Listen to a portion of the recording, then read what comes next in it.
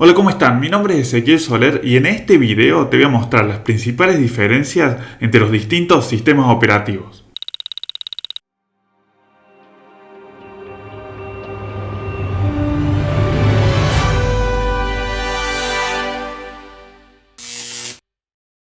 Si tenemos que hablar de sistemas operativos, tenemos que sí o sí mencionar al padre del 95% de los sistemas operativos que usamos actualmente. Así es, me estoy refiriendo a Unix.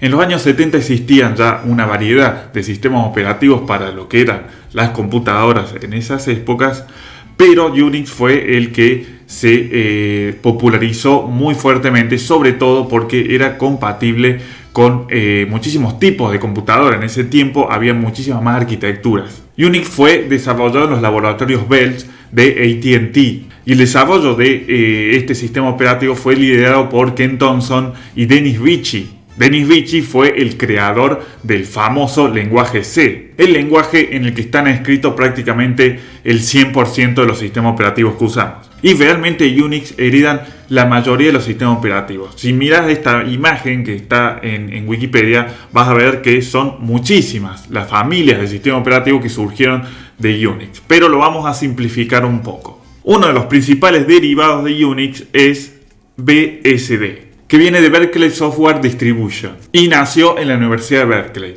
En los 70s, los laboratorios Bell distribuían Unix junto con el código a las distintas universidades y estas universidades estaban autorizadas a hacer modificaciones sobre este código para adaptarlo a las necesidades que tenían ellos. Pero a medida que pasó el tiempo, más precisamente a mediados que entraban los 80s, ya AT&T, la empresa dueña de Unix, empezó a cerrar su código y a no permitir que se modificara los códigos de Unix, lo cual hizo que la Universidad de Berkeley empezara a crear sus propias adaptaciones de Unix, al final sin contar con las partes cerradas del sistema operativo Unix. Entonces nació BSD con todas las mejoras que habían hecho antes en Unix cuando podían modificarlo y con las mejoras que siguieron haciendo a medida que pasaba el tiempo sin depender de la versión cerrada de Unix. De BSD tenemos un montón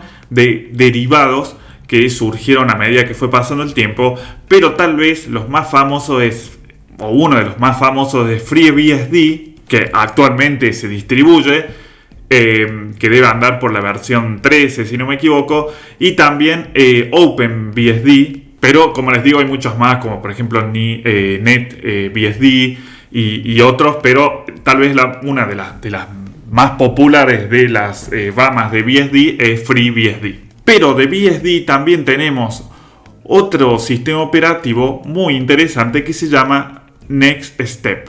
NeXTSTEP fue el sistema operativo de las computadoras NeXT, la empresa que creó Steve Jobs después de haber sido despedido en el 85 de su propia empresa Apple. Después de que Apple hiciera todo absolutamente mal en esa época y casi termina en la quiebra, Steve Jobs vuelve en el 96 a Apple y lo que hace Apple es absorber a la empresa NeXT. Y toman el código de NeXTSTEP y lo que hacen es crear Darwin, un sistema operativo basado en BSD y en NeXTSTEP, y además también traía algunas features de FreeBSD y incluso de NetBSD, y fue el sistema operativo que podemos decir hasta el día de hoy es open source por el lado de Apple. Con esa base de Darwin, el sistema operativo que les cuento, le sumaron toda la capa de software privativo, como dice Richard Stallman,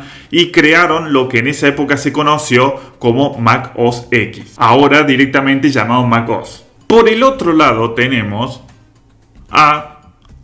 el sistema operativo clon de Unix más famoso tal vez, GNU Linux. ¿Qué de GNU Linux y por qué se le debe decir GNU Linux? Tengo un video que es muy detallado sobre la historia de este sistema operativo, así que si no lo viste te recomiendo que lo veas, te lo voy a dejar en la ahí para que puedas visitarlo y entiendas un poquito más del por qué se llama así GNU Linux. Y justamente la diferencia es que GNU Linux es un clon de Unix y BSD es un derivado de Unix, lo cual no es lo mismo. Es decir, BSD arrastró código de Unix, a diferencia de GNU y de Linux, que en realidad clonaron las características de Unix. Bueno, y como menciono en el video que les recomendé, hay infinidad de distros heredadas de GNU y Linux. Seguramente a esta altura te estás preguntando en dónde entra el famoso sistema operativo presente en el 90% de las computadoras de escritorio, Windows. Bueno, el origen de Windows se encuentra en una punta totalmente opuesta a Unix. Los orígenes de Windows se remontan a el no tan conocido sistema operativo CP/M, que significa Control Program for Microcomputers. Y CP/M era el sistema operativo o el Unix de las microcomputadoras. ¿Y qué eran las microcomputadoras en esa época, en los 70? Eran esas computadoras que venían, era, por decirlo de una forma, era solamente un teclado que se enchufaba en la tele. Era el precursor de lo que después conocemos como la computadora personal, como por ejemplo la Commodore 64, la ZX Spectrum y un montón de variedad. Bueno, CP/M era un sistema operativo hecho para eso, que se le llamaban microcomputadoras, justamente porque eran los grandes frameworks de computadoras que usaba Unix, o que generalmente Unix iba instalado en esa computadora. CP/M gobernaba el mercado de estas microcomputadoras. CP/M era distribuido por una empresa que se llamaba Intergalactic Digital Research. Me causa mucha risa porque los nombres en esa época me hacen acordar los Simpsons cuando tienen su empresa de internet. Compumundo Hiper Mega Red. Intergalactic Digital Research. Intergalactic. De CP/M terminó saliendo lo que se conocía como Q2 o QDOS, que fue desarrollado por Tim Patterson, que trabajaba en la empresa Seattle Computer Pro. Y era un sistema operativo que estaba basado en CP/M, pero era compatible con la, en esa época, muy novedosa arquitectura de Intel 8086. Lo que sucedió después, una historia ya conocida por muchos, que Microsoft compra la licencia de Q2 y lo que hace es transformarlo en el muy famoso MS2. Esta parte que les acabo de contar, si lo toma Netflix, hace 27 series seguidas, porque acá hay todavía discusión de un montón de problemas de, por ejemplo, del creador de CP/M, Gary Kildall, que dice que que le robaron su sistema operativo. Después está todo el tema de que al final Microsoft no le había dicho a Tim Patterson que en realidad tenía interés de usar el sistema operativo o Q2 para las computadoras IBM. En realidad no Microsoft, en esas jugadas típicas de Microsoft, no había ocultó este contrato con IBM. Sucede que por el otro lado de CP/M ya habían tenido un trato ahí con IBM, porque IBM lo que estaba buscando justamente era un sistema operativo para sus nuevas computadoras PC. Y al final Gary Kildall no aceptó el contrato de confidencialidad. La cosa es que al final, primero, Tim Patterson terminó siendo empleado de Microsoft, trabajó por mucho tiempo en Microsoft y la versión de Microsoft terminó gobernando por estas cuestiones de licencia en la mayoría de las PCs, no solamente de IBM sino de clones, porque en una muy buena jugada ahí de Bill Gates terminó obteniendo los permisos para poder distribuir el MS2 también en otras computadoras que no sean de la familia de IBM. No me hice rico firmando cheques, señor.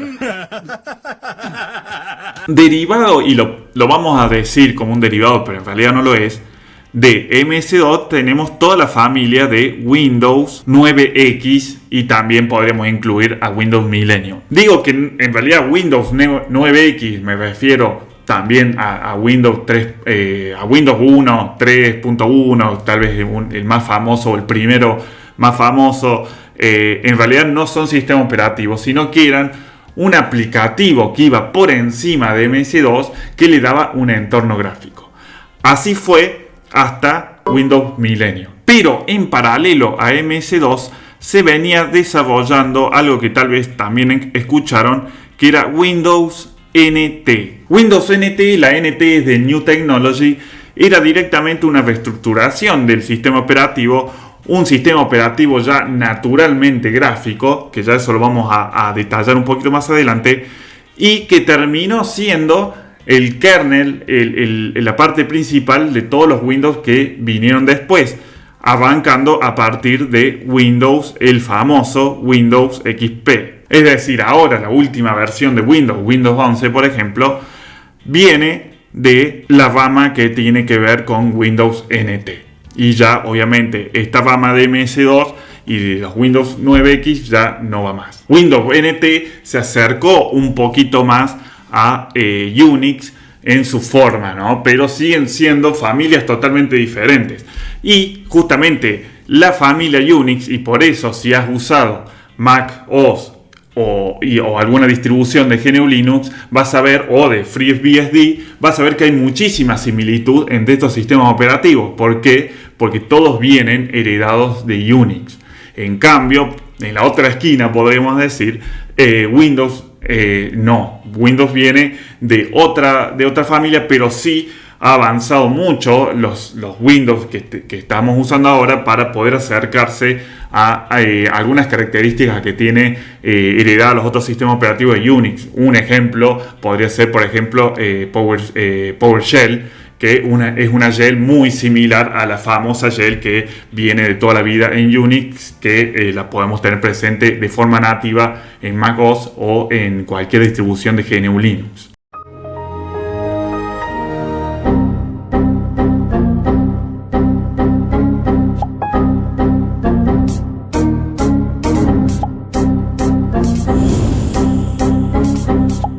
Bueno, obviamente un sistema operativo es una pieza de muchas otras piezas de software de muchísima complejidad. Así que vamos a simplificar un poquito cómo funciona un sistema operativo para poder ver desde el punto de vista del kernel y del sistema gráfico, podríamos decir, o su interfaz. Primero tenemos obviamente el hardware, lo que siempre nos han enseñado, la parte dura, ¿no?, de la computadora, sus periféricos, teclado, mouse, memoria, CPU, etc. Para que un sistema operativo completo funcione correctamente, necesita una pieza de software que pueda mandar instrucciones y recibir información de ese hardware. Esa pieza de software es el kernel. Acá también de vuelta, si querés saber un poquito más y entender de qué se trata y qué es el kernel, también podés ver este video que te conté hace un rato sobre la historia de Linux, en que también profundizo un poquito sobre lo del kernel. Lo que importa ahora es saber que esa pieza de software es fundamental para poder manejar el hardware y poder comunicarse con la parte que podemos física, ¿no?, de la computadora. Seguramente inconscientemente cuando hablamos del sistema operativo, lo primero que se nos viene en la mente, porque somos visuales, es su interfaz, ¿no? Y nos imaginamos el sistema operativo como la combinación de esas ventanas. Pero en realidad, justamente hablando de Unix, no es un sistema operativo netamente gráfico o de origen gráfico. En realidad necesita de aplicaciones que lo que hagan es poder ofrecer al usuario un entorno gráfico. Pero, por dar un ejemplo de vuelta, Unix o incluso FreeBSD, si instalan una versión de FreeBSD, no le va a venir con un entorno gráfico. Simplemente va a ser la famosa consola en la que nosotros vamos a poder tipear comandos. Para resumir mucho esta parte, porque no es tan simple, sobre la parte gráfica, podemos decir que todos los sistemas operativos tienen un gestor de ventanas, que sería una de las tantas aplicaciones que además tiene un sistema operativo. Y en este caso, obviamente, se comunica con el kernel para poder dibujar en pantalla lo que el usuario está haciendo. Y de vuelta, como les digo, como para simplificar, este gestor de ventanas termina graficando todas las respuestas y la interacción entre el usuario y la información que nos puede devolver el hardware en lo que se llama una interfaz gráfica. Y por último tenemos al usuario acá feliz utilizando nuestro sistema operativo. Bien, para ver las diferencias arranquemos con GNU Linux y FreeBSD, que son muy parecidos como ya lo venimos viendo. En cuanto a kernel, GNU Linux tiene como kernel a Linux. No voy a decir de vuelta que vean el video sobre GNU Linux, pero por eso se llama GNU Linux. Linux, solamente el proyecto Linux, y tal vez de todos, ni siquiera tal vez, todos los proyectos que estuvimos hablando, Linux es el único proyecto que se trata solamente de una porción de un sistema operativo, en este caso el kernel. Todos los demás proyectos en realidad son toda una combinación de aplicativos que terminan haciendo el sistema operativo. Pero Linux solo se focaliza en el desarrollo de una de las piezas de un sistema operativo, en este caso el kernel. Entonces, obviamente, el kernel de los sistemas operativos GNU Linux es Linux. En el caso de FreeBSD es BSD o BSD. Y acá hay algo interesante común entre FreeBSD y GNU Linux.